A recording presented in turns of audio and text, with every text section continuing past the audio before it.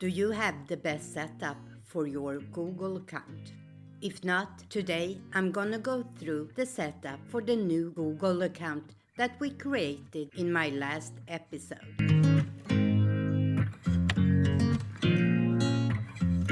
Hi, I am PixelPia, and this is the second episode about Google account and the introduction to a series about the different Google apps and programs that comes with the free Google account. And if you missed the last one, I will have a link up in the eye to the first episode. Today we are going to continue working on the account we created, so let's move over to my computer and see what we can do. So here we are at accounts.google.com, and since I have been logged in, I have my account here already. I just click on the name and then enter my password. Click next, and here we are at my account. A couple of things before we start setting it up. Up to the right, we have the P that shows which account I'm in. These little marks that shows what other apps I have access to now that I have created my account. And I can easily go from this side to any of them. And the question mark, if I need help or if I need to send feedback. But we are gonna start from the top here. In the right column, we have all the different things. So let's start with personal information. I can add a photo, and let's do that. I click add photo, and I can upload a photo since I don't have any photos saved there already. Let's take one of these old drawings of me and set that as a profile picture for this account, and set that profile photo. So now you see up to the right, purple with the P in changed to my new profile picture. I can change my name here. So let's change it. I got the Gmail account was PixelPia Learning. So let's say that my name is PixelPia Learning. This doesn't really matter unless I start a YouTube channel. That channel will have the same name as the name in my Google account. Under birthday, I can go in and change so it's only me that can see the birthday. And gender and password can be changed from here. And then at the bottom here, choose what others can see. So I go to About Me, and here we have two symbols. The little padlock for only you, and the people for anyone. Anyone can see my name and my profile picture, but my gender and my birthday can be seen only by me. If I want to change that, I can do that by just clicking that little arrow. About.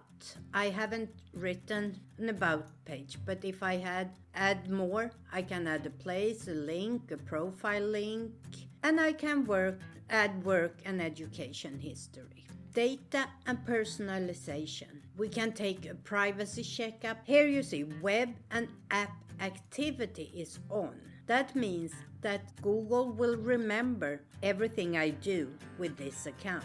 Websites I visit, places I go. If I am logged in on this account on my cell phone, it will know what I do. If I save a bookmark on my cell phone, it will be accessible even here. I can set it to be auto-deleted after 18 months, and I can manage the activity. Here you have account storage. You have 15 gigabyte free storage with your Google account. That includes everything you put in Google Photos that you have saved on your Gmail, and things you save in your Google Drive.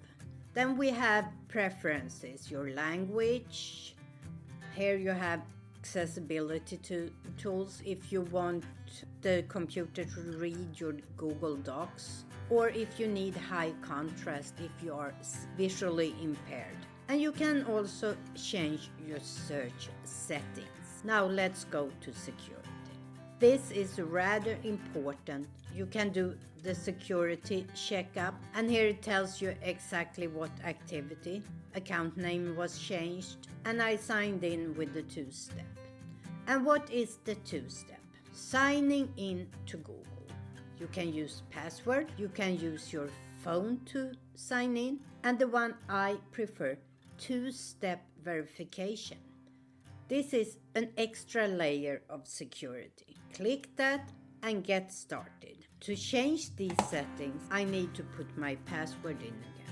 And this is what I mean. If I have left my computer on and forgot to log out and someone comes up and try to do this change, they can't do it without my password. That's the first layer of security. I have my phone number in here already, and this device can get the prompts, and that is my phone, the Samsung Galaxy S9. So I hit continue, and Google sent a prompt to my phone. And here it prompts me. You probably can't see it here. There you go. And I have to click yes.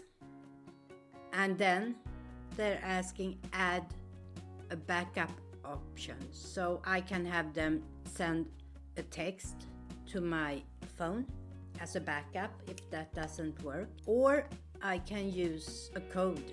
But I have to know these codes. So I have to download them. So that's not for me. I will choose the text message. Send. And now I will get a text message here, just as I did when we first signed up for the account. And I get a one-time code to put in. And then I hit turn on. So now I have a second layer of security. So now I have the two-step verification on. Now let's look at people and sharing. I haven't set up any contacts. I haven't used this account, but if I have, the contacts will be shown here. And I have on that it will save contacts from interactions. If I need to block a user for any reason, I can do so here. I can share my location. And the last part here is payments and subscriptions. I can add a payment method to my Google account.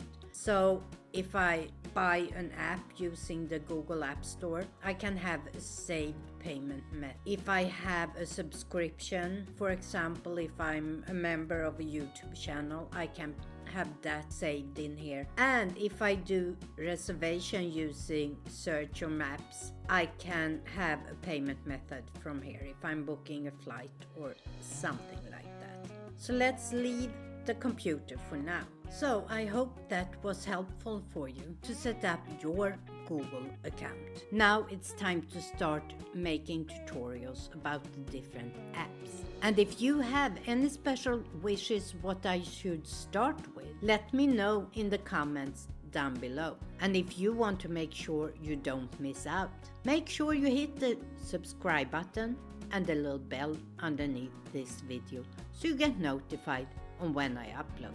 And remember, never stop learning.